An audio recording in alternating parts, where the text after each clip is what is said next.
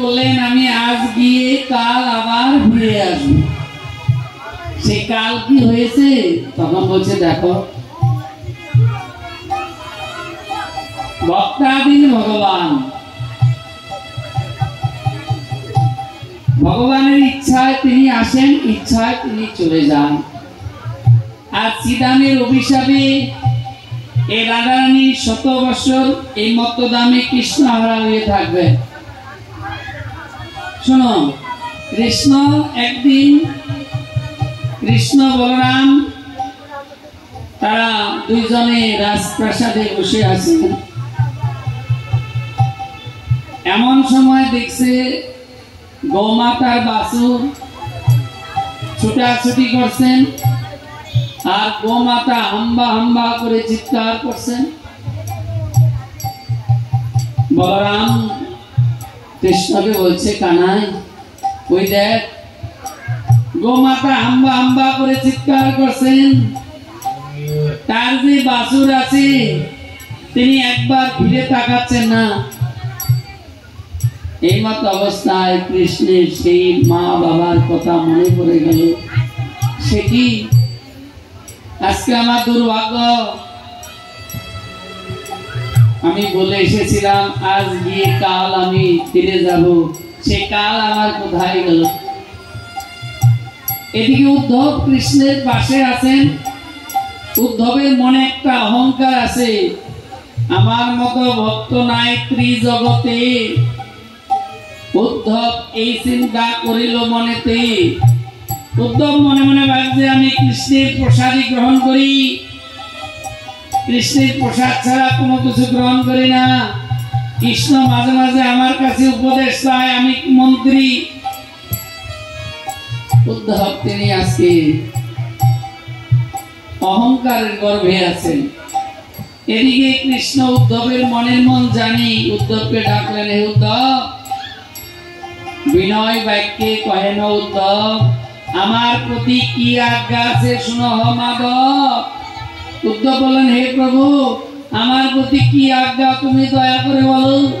বলে শোনো, একবার যাও তুমি ব্রজভূমে, পিতা মাতা আছে তারা কেমনে, আমার মা বাবা কেমন আছে একবার যাও। রাধা মন্ত্র করি আমি উপাসনা, রাধার বিচ্ছেদ আমি সইতে পারি না। আমি সর্বদাই রাধা নাম করছি, কৃষ্ণ নাম, আমি সর্বদাই রাধা নাম জপ করছি। জগৎবাসী সবাই কৃষ্ণ নাম করে আর আজকে আমি রাধা নাম করছি। তাই বললেন রাধা মন্ত্র করি আমি উপাসনা, রাধার বিচ্ছেদ আমি সইতে পারি না। উদ্ধব তুমি একবার যাও, ব্রজে যাও, ব্রজের কি অবস্থা একবার দেখে আসো, তাদেরকে সান্ত্বনা দাও, বলবে আমি যাব, কদিন পরে যাব। উদ্ধব চলে যাও। উদ্ধবকে ভগবান শ্রীকৃষ্ণ রথ সাজিয়ে দিলেন। উদ্ধব সেই রথে চেপে আজকে যমুনায় গেলেন। যমুনায় পার হয়ে বৃন্দাবনে গিয়ে তিনি প্রণাম করলেন বৃন্দাবন ধামকে। ব্রজের দুলা যখনই অঙ্গে করেছে, উদ্ধবের কৃষ্ণ ভক্তি হৃদয়ে উপস্থিত হলো। উদ্ধব আস্তে আস্তে এগিয়ে যাচ্ছে নন্দ মহারাজের রাজপ্রাসাদের উদ্দেশ্যে।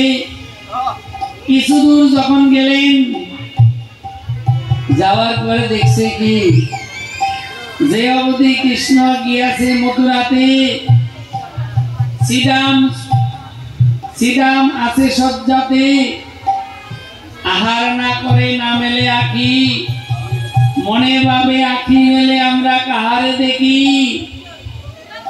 যেদিন কৃষ্ণ বৃন্দাবন ছেড়ে মথুরায় চলে গেল, সেদিন হতে শ্রীরাম সুদাম মধুমঙ্গল তারা কিছু খায় না। কেন? আমরা বন থেকে ফল আনতাম ভাই কানার জন্য, মা আমাদেরকে যা খাবার দিতেন আগে ভাই কানাই মুখে দিতাম, তারপর আমরা গ্রহণ করতাম। কিন্তু আজকে ভাই কানাই আজকে আমাদের মধ্যে নাই। তাই আমরা কোনো কিছু আজকে আহার করব না, আর এই নয়নে কোনো কিছু দর্শন করব না, এই প্রতিজ্ঞা নিয়ে আজকে শ্রীরাম সুদাম মধুমঙ্গল তারা আজকে যমুনার পাড়ে শুয়ে আছে। তাই বলেন যে অবধি কৃষ্ণ গিয়াছে মথুরাতে, সুখ সারি শ্রীরাম সুদাম আছে সজ্জাতে, আহার না করে না মেলে আঁকি, মনে ভাবে আঁকি মেলে আমরা কাহারে দেখি।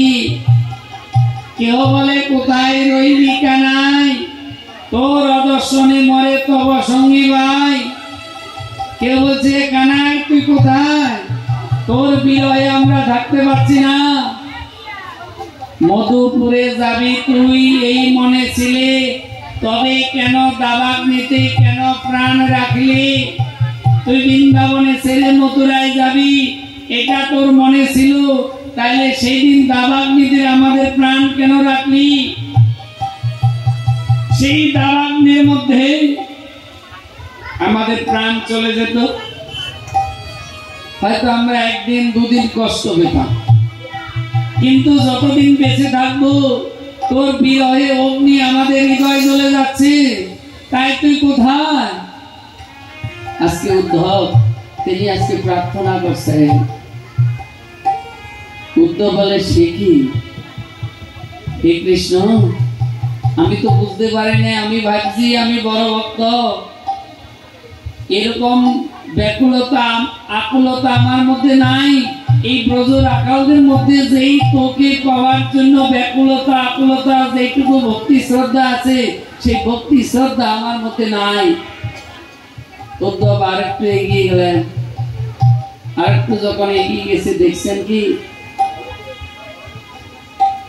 শুক্লা শাড়ি, তারা বৃক্ষ ডালে বসে নয়ন মুদিয়া তারা কৃষ্ণ কৃষ্ণ বলে কাঁদছেন।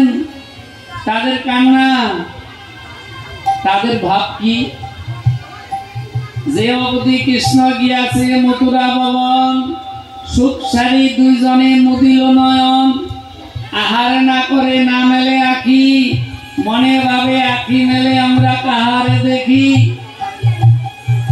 সুখ সারি দুটো পাখি তারা আজকে কৃষ্ণ কৃষ্ণ বলছেন, আর মথুরার পথে তারা আজকে তাকিয়ে আছেন কবে কৃষ্ণ বাঁশি বাজাবে।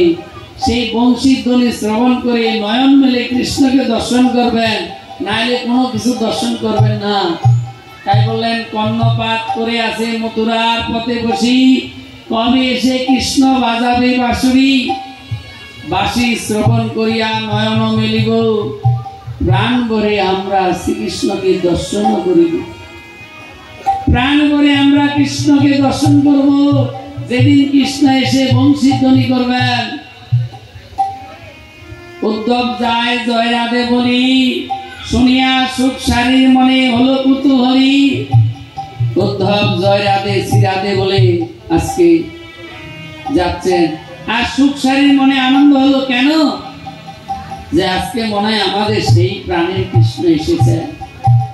তাই উদ্ধব যাই জয় রাধে বলি, শুনিয়া সুখ সারির মনে হলো কুতূহলী। যেদিন কৃষ্ণ গিয়াছে এই মথুরাতে, সেদিন হতে জয় রাধে বলে নাই কেউ এইখানে। যেদিন কৃষ্ণ বৃন্দাবন ছেড়ে মথুরায় গেল, সেই দিন হতে জয় রাধে কেউ বলে নাই। একমাত্র এই গোকুলের মধ্যে একমাত্র জয় রাধে হা রাধে এই কৃষ্ণই বল। সুখ সারি শুনে আজকে আনন্দ হলো। এদি এখন সারি বলছে, এই সুখ ওই যে তোর কৃষ্ণ আসতে, চল। সারি বলে ওরে সুখ করহ গমন, প্রাণ ভরে আমরা আজকে শ্রীকৃষ্ণকে করিব দর্শন। সারি বলছে সুখ চল আমরা প্রাণ ভরে কৃষ্ণকে দর্শন করব। সুখ উত্তর বলেন, সুখ কহে কৃষ্ণ না আসিবে ব্রজপুরে, যদি আসে সবার আগে আমার হৃদয়ে স্ফুরিবে। কৃষ্ণ যদি বৃন্দাবনে আসে সবার আগে আমার হৃদয়ে উদয় হবে যে কৃষ্ণ আসছে। আর সারি বলছে দেখ একবার তাকিয়ে দেখ না কৃষ্ণ আসছে কিনা একবার তাকিয়ে দেখ। তখন বলল শোন শুষ্ক ডালে পুষ্প হবে কৃষ্ণচন্দ্র এলে। আজকে সারি বললেন তাকিয়ে একবার দেখ যদি তোর কৃষ্ণ না আসে তাহলে তুই নয়ন মুদিয়া একবার কৃষ্ণ কৃষ্ণ না 1000 বার কৃষ্ণ কৃষ্ণ বলবি। আমার কথা একবার শোন ওই তাকিয়ে দেখ কৃষ্ণ এসেছে। উদ্ধবের দেহ কৃষ্ণের দেহ একই দেহ একটাই দাঁড়াইলে চিনিতে না রেখে হ। উদ্ধবের দেহ কৃষ্ণের দেহ একই দেহ। তাই আজকে উদ্ধব বললেন উদ্ধব মনে মনে চিন্তা করলেন যে ওনারা বলা বলি করছেন যে আমি কৃষ্ণ আমি তো কৃষ্ণ নই এসি যাতে একবার কাছে যাই। সারি বলছে হে সুখ তুই একবার তাকিয়ে দেখ যদি আমাদের কৃষ্ণ না হয় তোর সাথে আমিও নয়ন নদিয়া কৃষ্ণ কৃষ্ণ বলে বৃক্ষডালে কাঁদবো। সুখ তাকিয়ে দেখছে হ্যাঁ দূর থেকে সত্যি কৃষ্ণ। সুখ আর সারি দুইজনে ছুটে গেলেন।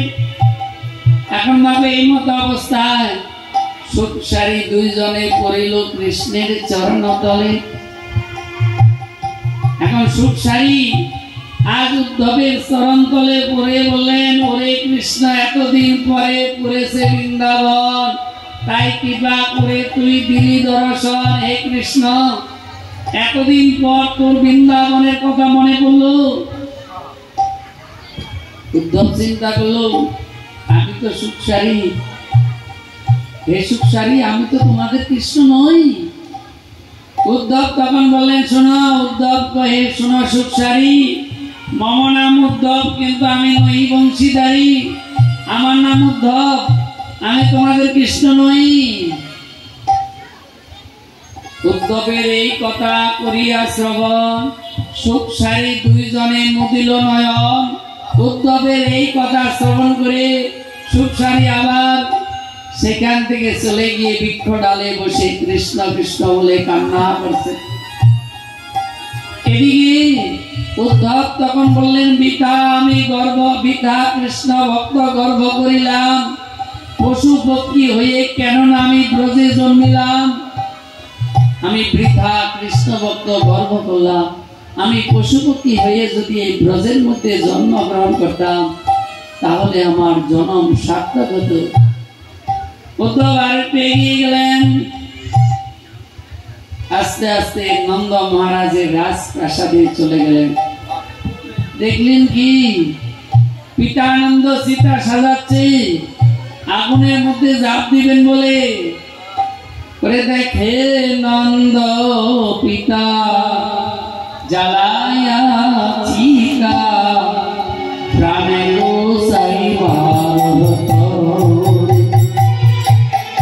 দেখে নন্দ পিতা জ্বালায়া চিতা প্রাণে গোসাই ভারতরে।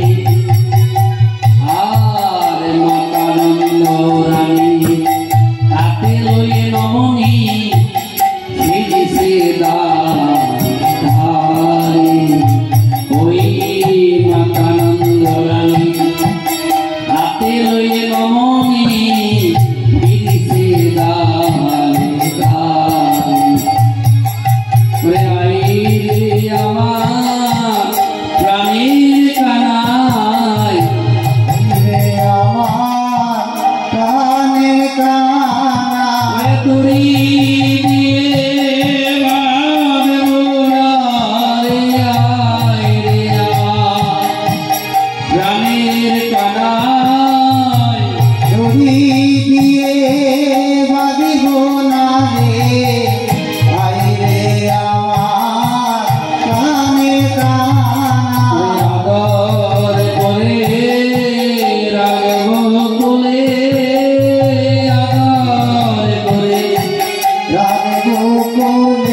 ওরে আয় আমার প্রাণের কানায় আমি আদর করে রাখবো তুলে। আজকে মা যশোদা তিনি আজ হাতে ননি নিয়ে কাঁদছে, হে কানাই কোথায়? আজকে প্রাণের গোপাল আমার কোথায়? এদিকে নন্দ মহারাজ চিতা সাজাচ্ছে, আগুনের মধ্যে ঝাঁপ দিবে, গোপালের জন্য বিরহী আর থাকতে পারছে না। এখন উদ্ধব চিন্তায় করে গেল, আমি কি বলবো? ভগবানের জন্য আজকে দুইজনে কান্না করছেন, মনে হয় তাদের প্রাণ ত্যাগ করবে। যদি আমি বলি কান্না করো, এটা ঠিক হবে না, কারণ আমি এসছি কেন? তাদেরকে সান্ত্বনা দিতে। আর আমি যদি বলি কান্না করো,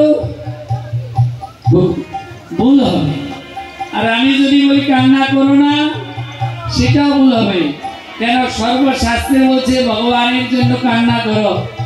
মহাজন বলেন, তুমি কান্না ভালোবাসো, কান্নার মধ্যে চলে আসো, ব্যথা দিয়ে ব্যথা নাশো, ব্যথা হারি বলে তুমি কান্না ভালোবাসো।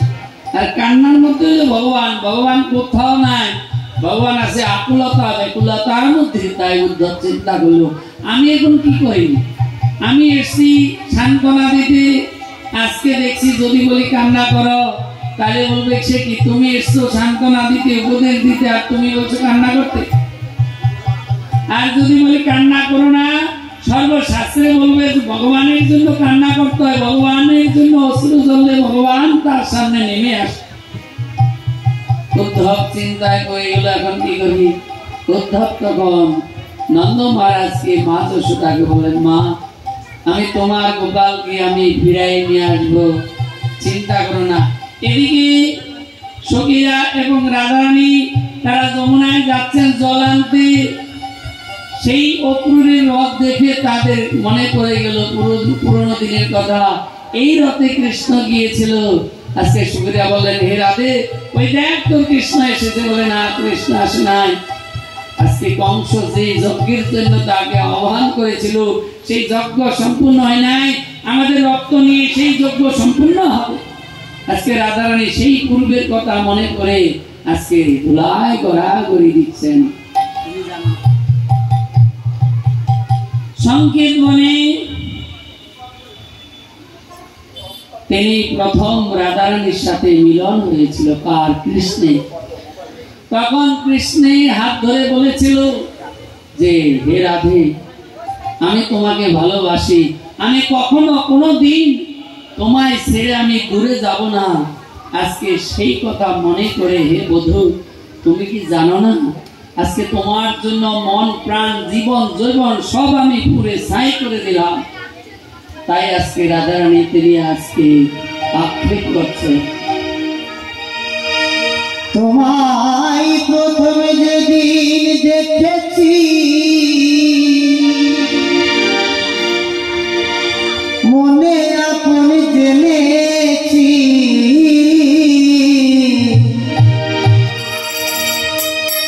তুমি বন্ধু আমার জানো না, তুমি জানো না, জানো না রে প্রিয়, তুমি মোর জীবনে সাধনা।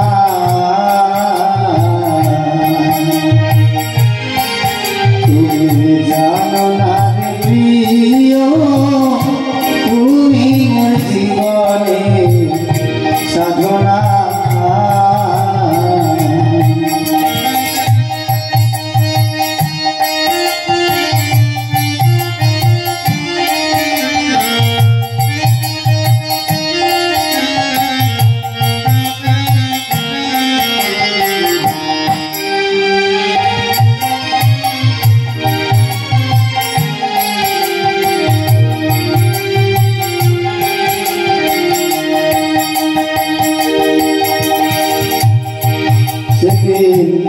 গণিদুল পূর্ণিমা মৃদুল মিঠাবা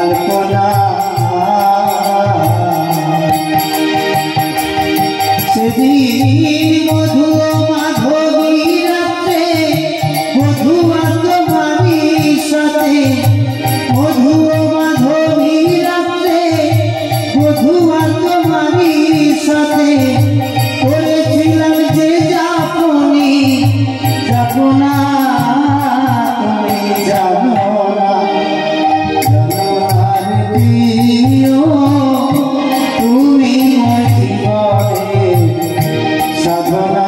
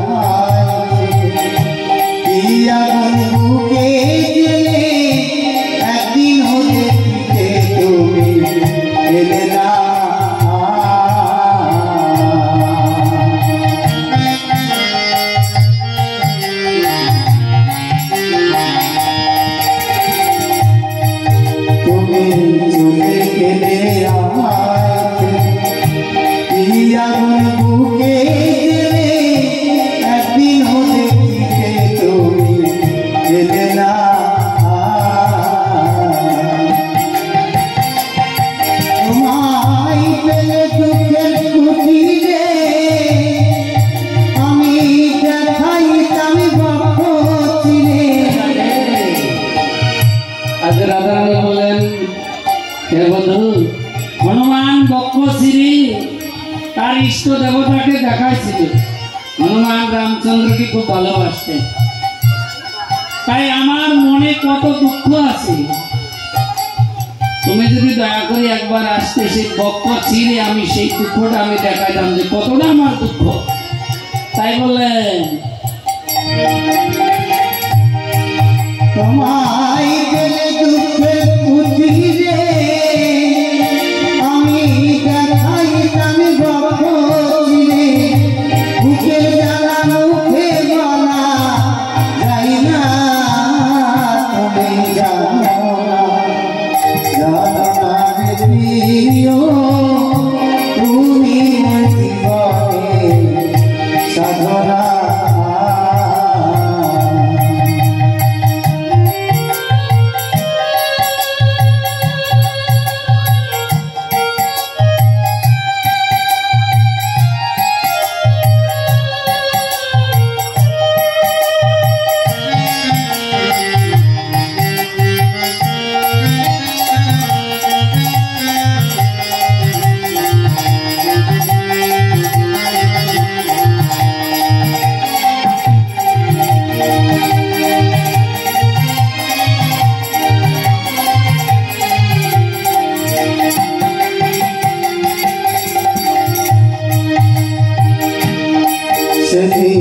কষ্ট যোগে দানা জানাই তোরাই মন জঙ্গা মন তোরা বন্ধু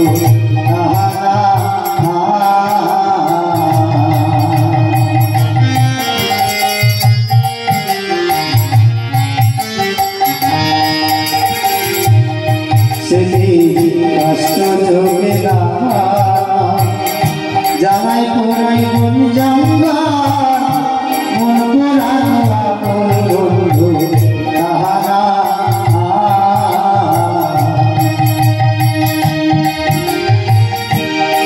কত বিরহের অন্তরে চলে বিনা কষ্টে আগুন জ্বলে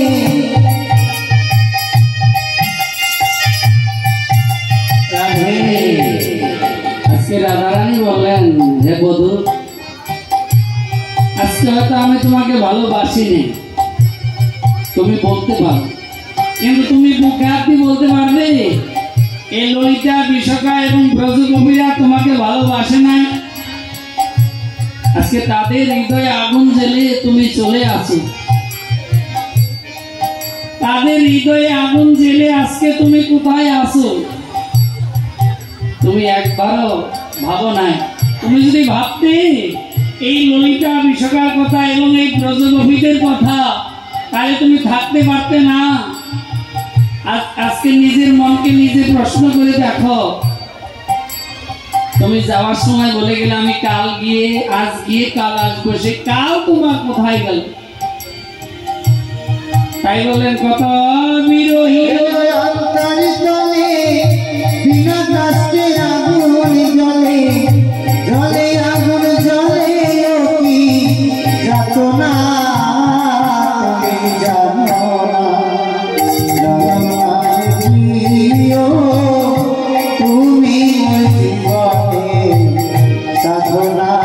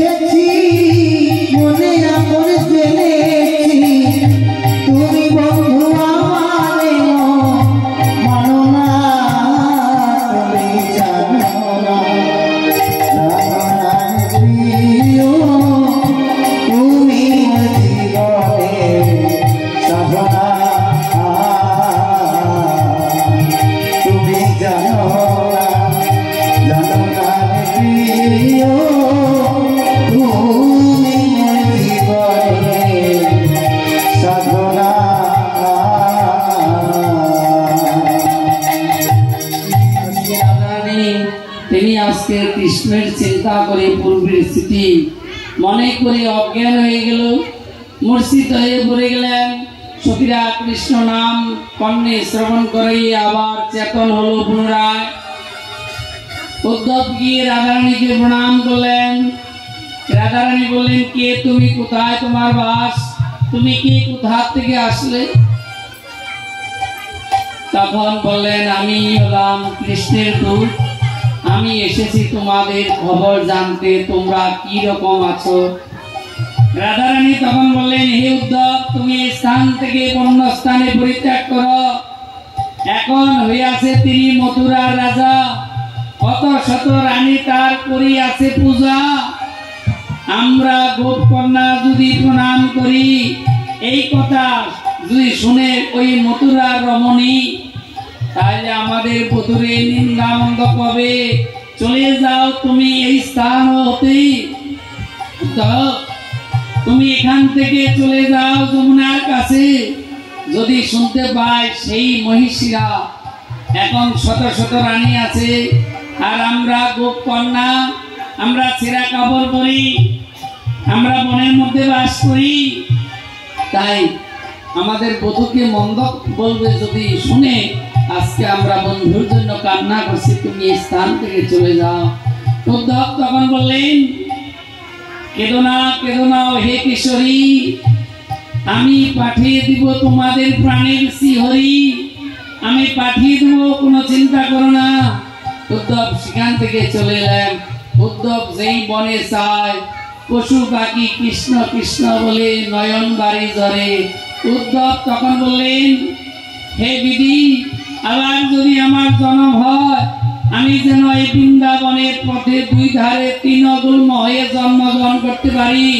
ব্রজবাসীরা এই পথ দিয়ে যাবে, আর তাদের তুলা আমার অঙ্গে পড়বে, আমার জন্ম সার্থক হবে। তাই উদ্ধব করে জোরে করিল নিবেদন, তৃণগুল্ম হয়ে জন্ম দিবে এখন। যদি আবার আমার জন্ম হয় এই ব্রজধামে, তৃণগুল্ম হয়ে যেন আমি জন্মগ্রহণ করতে পারি। উদ্ধব ভগবানের কাছে চলে গেলেন।